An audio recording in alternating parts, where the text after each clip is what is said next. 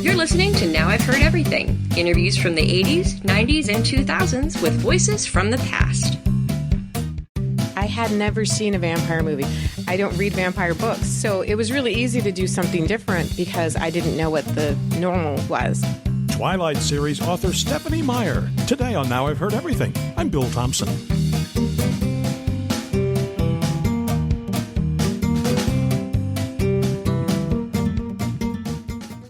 Now, when I was a kid, all my friends and I, we were big fans of The Twilight Zone, the Rod Serling TV series. But in the late 2000s, another Twilight came along that captured the world's imagination, the Twilight Saga of novels by Stephenie Meyer. 4 novels in all chronicling the stories of teenager Bella, vampire Edward, and werewolf Jacob. The third book in her series, Eclipse, was published in 2007. And that's when I met the author, who, as you're about to hear in this interview, was still getting used to the idea that, from a book sales standpoint anyway, she'd become more popular than J.K. Rowling. So here now, from 2007, Stephenie Meyer. No, I haven't caught up to it or how can you have it sink in when it never stays the same? Just when I'm ready to deal with, wow, there are 40 people that are going to show up to an event tonight. When I can get over the nerves for that, all of a sudden, no, it's 200. And then last night, it's going to be 1,000 tonight, Stephenie. Is that okay? I can't catch up. It's not going slow enough for that. Some people labor for years and years and years before they can produce one book. You've had now 3 New York Times bestsellers in the space of this past 4 years, and you'll probably the next 2 or 3 or 5 or 10 you write will be bestsellers. Do you just have something other people don't have, or what's going on here? I think at this point, good luck is a lot of that. There are a lot of really good books out there that don't get their due. They don't ever come into the public eye. I was lucky that I had a really great company, a really great publicist who made that transition for me. I don't know that books are better if you can do them faster. I really don't think that's the case. I'm just lucky that for me, when the books are the best, when I'm writing really fast, when I don't have to stop and think about it, when the story's just coming. When it's going slow and I'm having a harder time, that's usually not my favorite writing. You really get into Bella's head? I get into all of them. When I'm writing, they're real. When I stop, I can step back and be sane and say these are fictional characters. When I'm writing, there's no sanity. But that's the thing. They're real, yes, but I know what you mean. But vampires, werewolves, are they real when you're writing? I don't believe in vampires and werewolves in reality, but when I'm writing them, Jacob and Edward seem very, very real. And the vampire part, the werewolf part, it's sort of another part of their personality, like someone who has a bad temper or someone who's always cracking too many jokes. It's just one facet of them, and so that makes it very real to me, even though it's very fantastic, I suppose. I think I saw a picture on your website of one of your fans looked like a homemade shirt that said, Edward, Jacob, can I have both? There are some really creative readers out there. Every night we get hundreds of T-shirts, and I keep thinking, okay, well, I've seen them all now, and then somebody else will show up with one that is, we had one where it had a little stutter, so cold, and on the back, must have space heater, and it was a reference to one of the novels, and it was just so cute. They surprised me every time. Did you ever give any thought to, wouldn't it be a lot easier if Jacob were just gay? Then she could be in love with Edward and have the gay best friend. It would all be very 21st century. It would all fit. Well, I like writing about love triangles. I like the complexity and the different ways you can love people.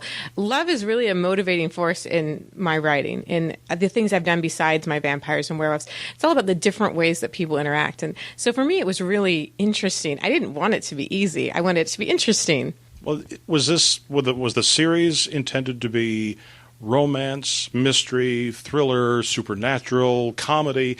Where was your main aim? There was no main aim. There was no series when I was writing the first one. It was just a story that I was not going to share.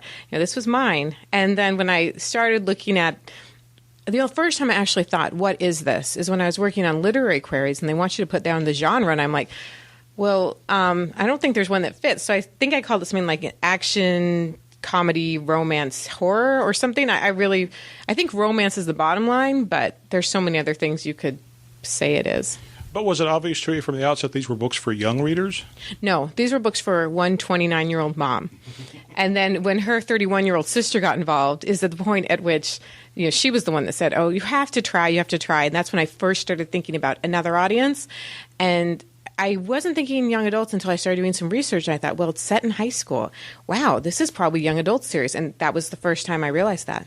It occurs to me, probably I'm guessing that most young readers, most readers of your books, have never seen a Bela Lugosi movie. They've never seen, maybe they've seen the parodies and the takeoffs, but, a lot of us grew up with those very stereotypical images of vampires. How did you decide that your characters were going to be different? I'm not a horror person. I had never seen a vampire movie, still haven't. I don't read vampire books, so it was really easy to do something different because I didn't know what the normal was. So, and for me, they're a lot closer related to superheroes. That's more what I was into. Batman was always my favorite. Here you have some dark, conflicted vampires who are also good guys. Are there certain conventions that you have to follow? I mean, are there vampire experts that will say, she got that all wrong? If there are, they haven't bothered me too much. I mean, it's pretty hard to be too set in your ways when you're dealing with fictional characters.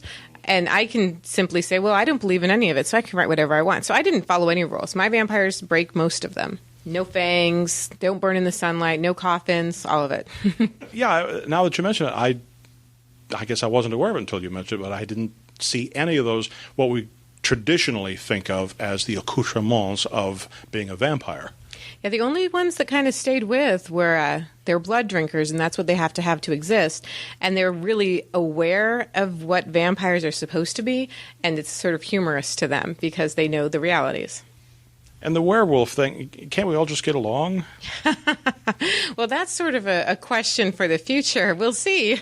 Well, all right, that maybe kind of leads me into, do you know where the next 2, 3, 4 books, do you know if there are going to be 2 or 3? Do you know where you're going with this, in other words? I do know where it's going. The 4th book is about 3/4 of the way done. When I wrote Twilight, I wasn't thinking series. I didn't have a long-range plan. When I was finished with it and I wasn't able to stop writing about the characters, that's when I kind of sat down and laid it out. And so I knew where it was going. By the time I started on to New Moon, which is the second novel, I knew where I was headed. Now, in those first 2 books, Bella makes the decision that kind of shapes where the series is going. She decides she'd like to be a vampire, too, because she's not. She's a human being. She's a mortal.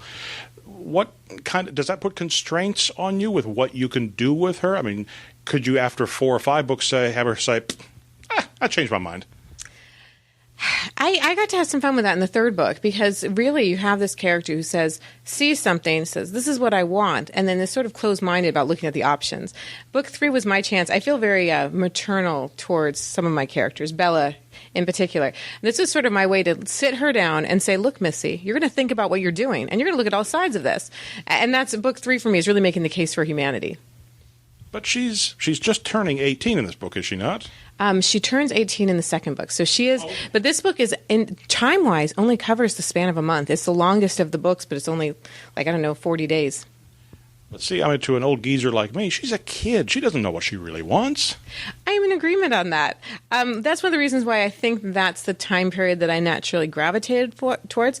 It's such an interesting idea. When you're 18, you feel completely grown up. You can do almost anything you want to do. You're a legal adult, and yet at the same time, from the perspective of a 30-something, it's like, oh, you're such a child. And you don't know what are you thinking? There's so many things you're going to want later in life. And so it's an interesting time period. There's a lot of conflict there. You ever just want to grab her by the shoulders and shake her and say, what are you thinking? Yeah, that was book 3. I think I sort of did that. I did note in this book there were times when Charlie seems to be kind of, if not literally, metaphorically taking her by the shoulders and just kind of shaking her, saying, what are you thinking? Charlie's always very carefully. As her father, he's come into her life so late. She's already an adult pretty much by the time she's part of his life, and he wants to keep her close. He loves her, and so he can't risk being too overbearing. But as she asks his advice more, he comes out more. He starts to be more fatherly, I think, as they're spending more time together. Guess he'll never be a cookbook author. No, not Charlie. This is the thing that struck me. I mean, even your, quote, minor characters, the secondary, the people who aren't on stage all the time, they have very well-defined personalities. I could probably write the story from just about anyone's perspective, even the kids at school that never had a last name. Because to me, they're all real people, and I think about what they're thinking in the scenes. And I was working on a project that I'll hopefully publish soon, where I tell Twilight from Edward's perspective. And because he can read minds, all of a sudden we know what everyone is thinking all the time. So I found that I really did know what these characters were thinking. It was already there. Well, now let's go back to then to book one. Was it always obvious that you'd be writing in Bella's voice? Bella's voice was a really natural one for me to fall into. I mean, she is a very ordinary human girl. She doesn't have magic powers. She's not the chosen one. She's not going to save the universe. And those are limitations that most of us deal with every day, but most books are about the chosen one. And we like that fantasy, but then we have to put it aside. And Bella, you can be Bella because she's just human. I think that if I had a chance to sit down and really think about it, writing from the vampire's perspective is actually a lot more fun and more exciting.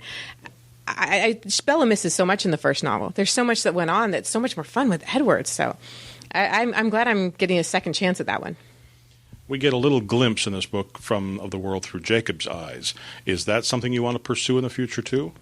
Writing from Jacob's perspective was really interesting. I was pleased at how easily his voice came to me, and kind of the sarcastic edge to his thoughts was always there when he was speaking. I do like writing from his perspective. I'm not really sure at which points in the stories I'd want to switch off. I need to finish Bella's perspective. But he is definitely a character that's fun to play with. Now, something else I noticed in this book, there's nothing in here, and again, it's obviously for young readers, so I guess I would have expected this, but I didn't see any word you can't say on the Family Channel. I didn't see any scenes that you couldn't show to a child of almost any age. This is not a grim, gruesome, naughty, dirty kind of book. This is a very clean book. I'm kind of a very clean person. Maybe it sounds weird, but that's the kind of thing I enjoy reading or watching. I don't even watch R-rated movies because I don't really care for a lot of the violence or grim, dark things. And then my parents read everything I write, and someday my kids will. And there's things I want to be proud of what I write. I don't want to feel like, okay, kids, you can read these books, but this one's not for you. I'm not going to do that. I'm going to write what I'm comfortable with. But given that, then, how do you have a character in life-threatening circumstances who says, oh, drat, that's not natural either, is it? There are scenes where it's a little tough. I don't use words that can't be used on the Family Channel. And if I get in a car accident, that's about what I say. So, I work around the way I talk, I guess. So when this series is finished, at whatever point that may be, do you have an idea what you'd like to do after that? I have a file full of so many book ideas. It's more time than anything that limits me right now. I do have my first non-vampire, non-YA novel coming out in May that I'm excited about because it's completely different. I am a little worried because I know the girls are very, very fanatical, and they're going to pick it up, and they're going to read it, and they're going to be thinking, where's Edward? Okay, I have not found Edward in this book yet. What's going on? I'm afraid that they'll be disappointed because there are no dashing vampires in that world. Well, I have one word in that case, pseudonym. Well, they already know about it. I'm hoping they'll give my other characters a chance. I think Ian and Jared, they can kind of give Edward a run for his money. Well, do you think if you ever just wanted to write a light romantic comedy that would be, could you do that, or are you boxed in now to this kind of book? I don't feel like I'm boxed in. I feel like I could do anything, because to me, it's about entertaining myself. That's the number one thing. So I'll do it if I want to do it. I did try to write a chick lit once just in some spare time, and I got really bored. So I think I need perhaps, I do also have a little comedy that maybe I'll go back to, and they're just human, but they're interesting to me. The characters have got to pop for me somehow, and usually it's nice to have a little bit of the supernatural in there to make it more interesting than everyday life. Stephenie Meyer's Twilight books have all been made into very popular movies, and her books continue to sell tens of millions of copies worldwide. Now, you can get a copy of Eclipse by Stephenie Meyer by tapping on the link in our show notes or by going to our website, heardeverything.com. We may earn an Amazon commission if you make a purchase. While you're at heardeverything.com, be sure to listen to two other interviews that I've done, both in 1988. One of them with author of The Interview with the Vampire, Anne Rice. Every country on earth has some sort of vampire legend, and I think it's because that image has an enormous meaning for us. It's a symbol of the outcast. It's a symbol of the leech in all of us, the predator in all of us. And my conversation with the acknowledged master of science fiction and fantasy, Isaac Asimov. I myself, when I was 19, started writing stories about robots. Realistic robots, and nowadays the robots they're beginning to build are like the very first ones I described. And of course, we post new episodes of Now I've Heard Everything every Monday, Wednesday, and Friday. And you can find us anywhere you listen to podcasts. And thank you so much for listening. Next time on Now I've Heard Everything, as the start of the NCAA men's basketball season gets underway, we'll revisit my 2002 interview with the legendary Bobby Knight. One time I threw a chair.